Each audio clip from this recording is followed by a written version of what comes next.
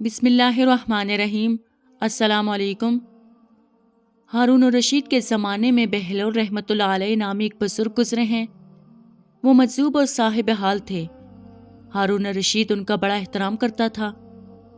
ہارون الرشید کی بیوی زبیدہ خاتون بھی ایک نیک اور پارسار عورت تھی۔ اس نے اپنے محل میں 1000 ایسی خادمائیں رکھی ہوئی تھیں جو قرآن کی حافظہ اور قاریہ تھیں۔ ان سب کی ڈیوٹیاں مختلف شفٹوں میں لگی ہوئی تھیں۔ چنانچہ اس کے محل سے 24 گھنٹے ان بچیوں کے قرآن پڑھنے کی آواز آ رہی ہوتی تھی۔ اس کا محل قرآن کا گلشن محسوس ہوتا تھا۔ ایک دن ہارون الرشید اپنی بیوی کے ساتھ دریا کے کنارے ٹہل رہا تھا کہ ایک جگہ بہلول دانا رحمۃ اللہ علیہ کو بیٹھے ہوئے دیکھا۔ اس سے کہا السلام علیکم۔ بہلول دانا رحمۃ اللہ علیہ نے جواب میں کہا وعلیکم السلام۔ ہارون الرشید نے کہا بہلول کیا کر رہے ہو؟ انہوں نے کہا کہ میں ریت کے گھر بنا رہا ہوں۔ پوچھا کس کے لیے بنا رہے ہو؟ بہلول نے جواب دیا کہ جو آدمی اس کو خریدے گا میں اس کے لیے دعا کروں گا کہ اللہ رب العزت اس کے بدلے اس کو جنت میں گھر عطا فرما دے۔ بادشاہ نے پوچھا بہلول اس گھر کی قیمت کیا ہے؟ انہوں نے کہا کہ 1 دینار۔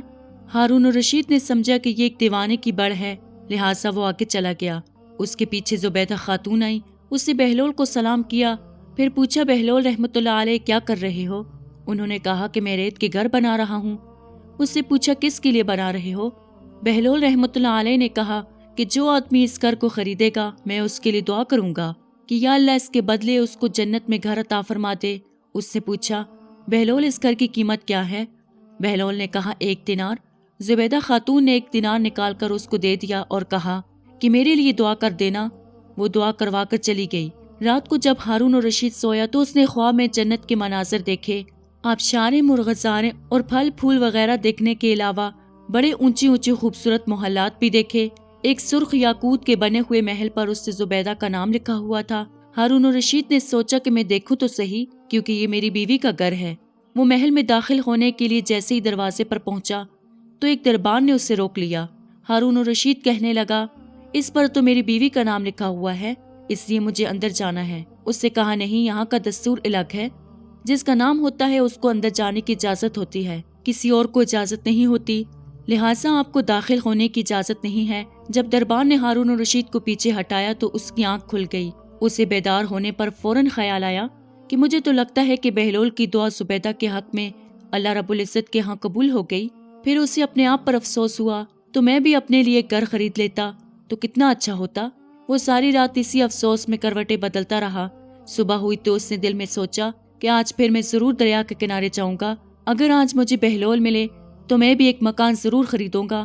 چنانچہ وہ شام کو پھر بیوی کو لے کر چل پڑا۔ وہ بہلول کو تلاش کرتے ہوئے ادھر ادھر دیکھ رہا تھا۔ اس نے دیکھا کہ ایک جگہ بہلول بیٹھا ہوا اسی طرح کا مکان بنا رہا تھا۔ اس نے کہا السلام علیکم۔ بہلول نے جواب میں وعلیکم السلام کہا۔ ہارون الرشید نے پوچھا کیا کر رہے ہو؟ بہلول نے کہا میں گھر بنا رہا ہوں۔ اس سے پوچھا کس لیے؟ بہلول نے کہا جو آدمی یہ گھر خریدے گا میں اس کے لیے دعا کروں گا کہ اللہ تعالیٰ اس کے بدلے جنت میں گھر عطا کر دے۔ ہارون الرشید نے پوچھا بہلول اس کی قیمت کیا ہے؟ بہلول نے کہا اس کی قیمت پوری دنیا کی بادشاہی ہے۔ ہارون الرشید نے کہا اتنی قیمت تو میں دے نہیں سکتا، کل تو 1 دینار کے بدلے میں دے رہے تھے اور آج پوری دنیا کی بادشاہی مانگتے ہو۔ بہلول نے کہا بادشاہ سلامت، کل بن دیکھے معاملہ تھا اور آج دیکھا ہوا معاملہ ہے۔ کل بن دیکھے سودا تھا اس لیے سستا مل رہا تھا، اور آج چونکہ دیکھ کے آئے ہو اس لیے اب اس کی قیمت زیادہ دینی پڑے گی۔ ہماری مثال ایسی ہی ہے کہ آج ہم نے اللہ تعالیٰ اور اس کے رسول صلی اللہ علیہ وسلم کو بن دیکھے مانا تھا، اس لیے یہ جنت بڑی سستی ہے، لیکن جب موت کے وقت آخرت کی نشانیاں دیکھ لیں گے تو اس کے بعد پھر اس کی قیمت ادا نہیں کر سکیں گے۔ ارشاد باری تعالیٰ ہے روز محشر مجرم یہ تمنا کرے گا کہ کاش میں اپنی سزا کے بدلے میں اپنا بیٹا دے دیتا، بیوی دے دیتا، اپنا بھائی دے دیتا، وہ خاندان والے دے دیتا جو اسے ٹھکانہ دیتے، حتیٰ کہ جو کچھ دنیا میں ہے وہ سب دے دیتا اور میں جہنم سے بچ جاتا۔ فرمایا ہرگز ہرگز نہیں۔